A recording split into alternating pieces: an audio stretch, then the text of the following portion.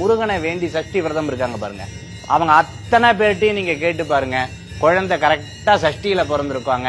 இல்லைன்னா விசாக நட்சத்திரத்துல, இல்ல பூச நட்சத்திரத்துல, இல்ல கிருத்திகை நட்சத்திரத்துல, இல்ல பரணி நட்சத்திரத்துல முருகப்பெருமானுக்கு உகந்த நாளை தொட்டு பிறந்திருக்கார். அந்த இடத்துல அவர் காண்பித்து கொடுக்கிறார், நான் இருக்கேன், நீ ஏன் கவலைப்படுற அப்படின்னு சொல்லிட்டு. இப்படி பல்வேறு விஷயங்கள் முருகப்பெருமானை சொல்லிக் கொண்டே போலாம். இன்னைக்கு இருக்கக்கூடிய பக்தர்களும், மலேசியாவில் இருக்கக்கூடிய பத்துமலை முருகர் கோயிலும் சரி, லண்டன்ல இருக்கக்கூடிய பிரமாதமான கோயில்கள்லயும் சரி, இன்னைக்கு முருகனை மட்டும் ஏன் விமர்சையா கொண்டாடுறா, ஏன் தேர் திருவிழா நடத்துறா, ஏன் இவ்வளவு விமர்சையா கொண்டாடுறா அப்படின்னு கேட்டா, இன்னைக்கு இருக்கக்கூடிய அத்தனை பேருக்கும் கேட்டவுடன் வரத்தை அள்ளி அள்ளி தரக்கூடிய அற்புதமான பெருமானாக எம்பெருமான் இருக்கிறது தான் நம்மளால பார்க்க முடியும். அதனால்தான் இந்த முருகர் யுகம் அப்படிங்கிறத நம்ம இன்னும் விசேஷமா கொண்டாடிட்டு இருக்கோம். இது முருகரோட யுகம் தான்.